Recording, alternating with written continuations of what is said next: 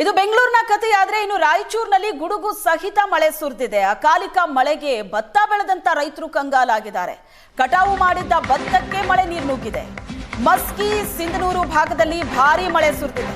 ರಾಯಚೂರಿನಲ್ಲಿ ಗುಡುಗು ಸಹಿತ ಮಳೆ ಆಗಿದೆ. ಅಕಾಲಿಕ ಮಳೆಗೆ ಭತ್ತ ಬೆಳೆದಂತಹ ರೈತರಿಗೆ ಟೆನ್ಷನ್ ಶುರುವಾಗಿದೆ. ಕಟಾವು ಮಾಡಿದ್ದಂತಹ ಭತ್ತ ಈಗ ಮಳೆ ನೀರು ನುಗ್ಗಿದೆ. ಮಸ್ಕಿ ಸಿಂಧನೂರು ಭಾಗದಲ್ಲಿ ಭಾರೀ ಮಳೆ ಸುರಿದಿದೆ. 6 ತಿಂಗಳಿಂದ ಕಷ್ಟಪಟ್ಟು ಬೆಳೆದಂತಹ ಬೆಳೆ ಭತ್ತ ನಾಶ ಆಗಿದೆ. ಭತ್ತ ಹಾಳಾಗಿದ್ದು ಅನ್ನದಾತನನ್ನ ಕಂಗಾಲಾಗಿಸಿದೆ. ರಾಯಚೂರಿನಲ್ಲಿ ಗುಡುಗು ಸಹಿತ ಸುರಿದ ಮಳೆ, ಅಕಾಲಿಕ ಮಳೆ ಇದು. 6 ತಿಂಗಳಿಂದ ಕಷ್ಟಪಟ್ಟು ಭತ್ತ ಬೆಳೆದಿದ್ದಂಥ ರೈತರಿಗೆ ಬಹಳ ದೊಡ್ಡ ಶಾಕ್ ಕೊಟ್ಟಿದೆ ಮಳೆ. ಯಾಕಂದ್ರೆ ಕಟಾವು ಮಾಡಿದ್ದಂತಹ ಭತ್ತ ಅದಕ್ಕೆ ಮಳೆ ನೀರು ನುಗ್ಗಿದ್ರೆ ಆ ಭತ್ತ ಹೋದಂತೇನೆ. ಇದು ಈಗ ರೈತರ ಆತಂಕಕ್ಕೆ ಕಾರಣವಾಗಿರೋದು. ಭತ್ತ ಹಾಳಾಗಿದೆ, ನೋಡ್ತಾ ಇದ್ರಿ ನೀವು. ಈಗ ಅದನ್ನು ಒಣಗಿಸ್ತಿದ್ದಾರೆ. ಮಳೆಯ ಅಬ್ಬರ ಬೆಂಗಳೂರಿನಲ್ಲಿ ಒಂದು ತರ ಅವಾಂತರ ಸೃಷ್ಟಿಯಾದರೆ ಜಿಲ್ಲೆಗಳಲ್ಲೂ ಕೂಡ ಸಾಕಷ್ಟು ಸಮಸ್ಯೆ ಆಗಿದೆ. ನೋಡ್ತಾ ಇದ್ರಿ ನೀವು, ಭತ್ತ ಮಳೆ ನೀರಿಗೆ ಸಿಕ್ಕಿ ಒದ್ದೆ ಆಗಿದೆ. ಹೀಗಾದ್ರೆ ಆ ಭತ್ತ ಮಾರಾಟ ಮಾಡೋದಕ್ಕಾಗಲ್ಲ. ಇದು ರೈತರ ಆತಂಕಕ್ಕೆ ಕಾರಣವಾಗಿರೋದು. ರಾಯಚೂರು ಜಿಲ್ಲೆ ಮಸ್ಕಿ ತಾಲೂಕು ಮತ್ತು ಸಿಂಧನೂರು ತಾಲೂಕಿನಲ್ಲಿ ಕಳೆದ 2 ದಿನಗಳಿಂದ ಭಾರಿ ಮಳೆ ಆಗ್ತಾ ಇದೆ. ಗುಡುಗು ಸಹಿತ ಬಿರುಗಾಳಿ ಸಹಿತ ಮಳೆ ಆಗ್ತಾ ಇರೋದ್ರಿಂದ ಭತ್ತ ಕಟಾವು ಮಾಡಿ ಒಣಗಿ ಹಾಕಿದಂಥ ರೈತರು ಈಗ ಕಂಗಾಲಾಗಿದ್ದಾರೆ. ನೀವು ದೃಶ್ಯಾವಳಿಗಳಲ್ಲಿ ನೋಡ್ತಾ ಇರ್ಬೋದು.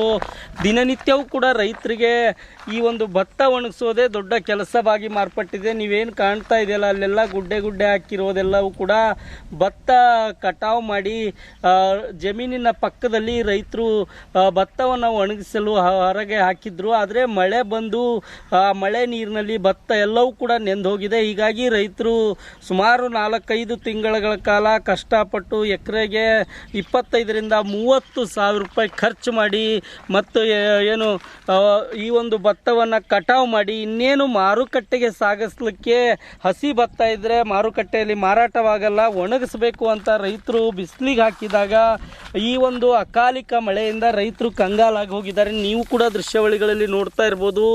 ಭತ್ತ ಒಣಗಿತು, ಇನ್ನೇನು ನಾಳೆ ಅಥವಾ ನಾಡಿದ್ದು ಮಾರ್ಕೆಟ್ಗೆ ತೆಗೆದುಕೊಂಡು ಹೋಗಬೇಕು ಅನ್ನುವಷ್ಟರಲ್ಲೇ ಬಂದಂಥ ಅಕಾಲಿಕ ಮಳೆಯಿಂದ ಅನ್ನದಾತರು ಸಂಕಷ್ಟವನ್ನು ಎದುರಿಸುವಂತಾಗಿದೆ. ಈ ಕುರಿತಂತೆ ಮಾತಾಡಲಿಕ್ಕೆ ನನ್ನ ಜೊತೆ ರೈತರಿದ್ದಾರೆ. ಆ ರೈತರನ್ನೇ ಮಾತಾಡಿಸ್ತೀನಿ. ಏನೆಲ್ಲ ಸಮಸ್ಯೆಯನ್ನು ಈ ಅಕಾಲಿಕ ಮಳೆಯಿಂದ ಎದುರಿಸ್ತಾ ಇದ್ದಾರೆ ಅನ್ನೋದು ಕೇಳ್ತೀನಿ. ಇದು ಒಂದು ಸರ್ ಅಲ್ರಿ, ಈಗ ಬರೋದು 4ನೇ ಮಳೆ. ಇದು ಈಗ ನಾವು ಕಟ ಮಾಡಿದ ಮೇಲೆ 4ನೇ ಮಳೆ ಸರ್ ಇದು ಬರೋದು.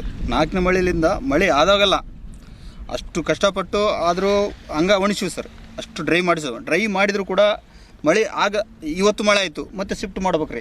ಮತ್ತೆ ನಾಳೆ ಮಳೆ ಆಯಿತು, ಅಲ್ಲಿದ್ದು ಬೇರೆ ಶಿಫ್ಟ್ ಮಾಡ್ಬೇಕು. ಮಾರ್ಕೆಟ್ಗೆ ತೊಗೊಂಬಂದರೆ 1250ರಿಂದ 1300 ಸಿಕ್ಕಾಕತ್ತಾರೆ. ಆ ರೇಟಿಗೆ ಕೊಟ್ಟರೆ ನಮ್ಗೆ ಗಿಟ್ಟುವಾಟ ಆಗಲ್ರಿ, ನಮ್ಗೆ ಗಿಟ್ಟೋದಿಲ್ಲ. ಅದಕ್ಕೆ ರೇಟ್ ಬರ್ತಂತ ಇಟ್ಕೊಂಡಿವಿ. ಈಗ ಗೋಡನ್ಗೆ ಹಾಕೋಷ್ಟು ನಮ್ಮ ತಲೆ ಎಗಿತಿಲ್ಲ. ಗೋಡಮ್ಗೆ ಹಾಕ್ಯಂದು ಮಾರಾಟ ಮಾಡಮಂತ ನಮ್ಗೆ ಎಗಿತಿಲ್ಲ. ಇನ್ನೊಂದು ಇಲ್ಲೇ ಇಟ್ಟು ಮಾರಾಮ ಅನ್ನೋದು ದೃಷ್ಟಿ ಇಲ್ಲಿ ಇಟ್ಕೊಂಡಿವಿ.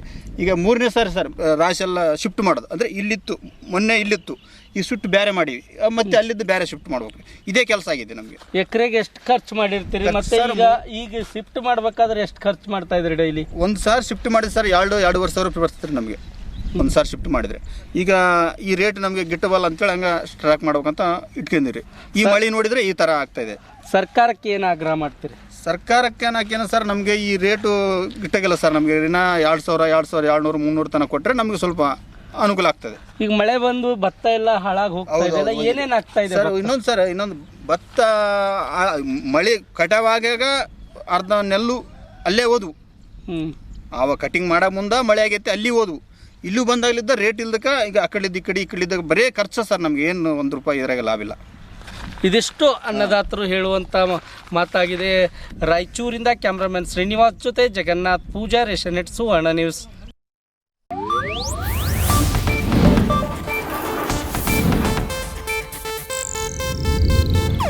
ಇದು ಏಷ್ಯಾನೆಟ್ ನ್ಯೂಸ್ ನೆಟ್ವರ್ಕ್ ಪ್ರಸ್ತುತಿ.